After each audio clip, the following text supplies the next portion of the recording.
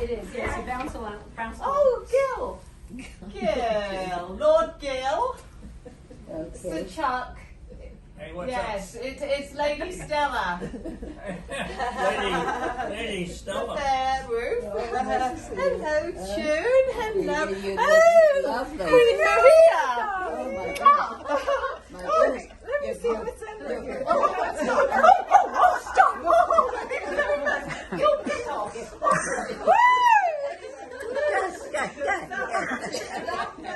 We have these. Hello, Lady Meanie. Nice to make your acquaintance. So, Okay. tap dance. Yeah, tap.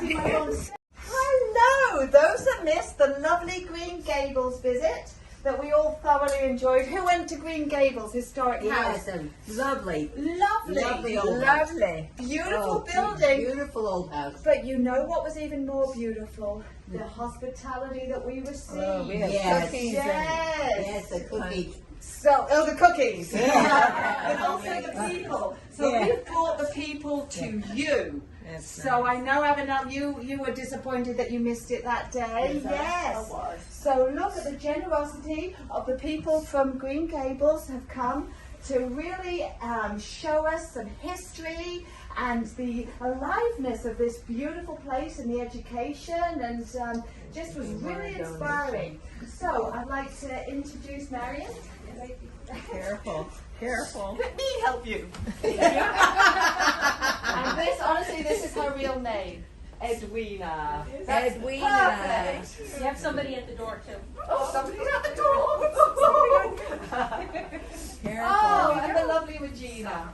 That's all right. West 1 in Melbourne, right on the Indian River. It was built in 1896 by William and Nora Wells. It's one of the last remaining examples of Queen Anne architecture in Brevard County. It's also surrounded by 1.25 acres of beautiful green space right on the river. And its rich history and the contributions of the Wells family to the development of Melbourne have earned it a place on the National Register.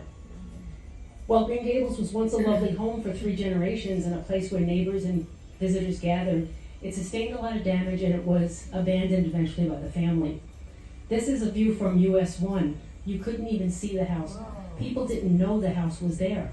It became forgotten. But today, Green Gables is once again a vibrant center for community engagement. Seniors earn their Bright Future Scholarship credits. We now offer a senior program as well. It hasn't been easy. Green Gables suffered from neglect and was even featured in a book called Abandoned Florida. And this is what she looked like when I first walked up. Oh my.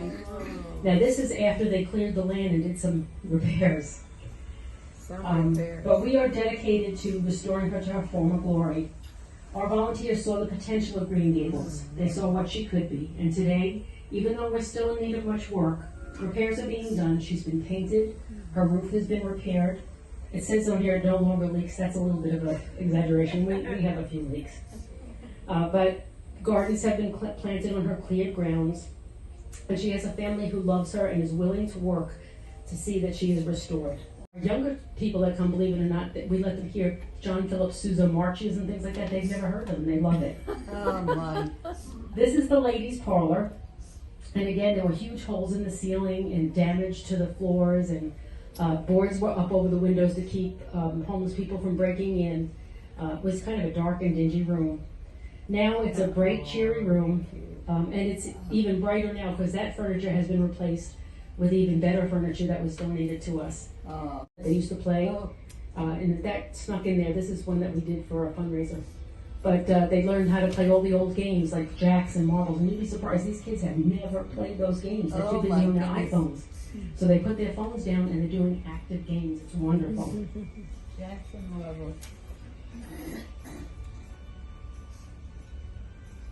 So this show, we blew that up. We got up the money that we needed to get our grant, and so we got a matching grant from the state because we believe in the future of Green Gables and the contributions that it can make to Melbourne and Brevard County. We had that Believe sign all over. We had the Believe carpet and Believe posters.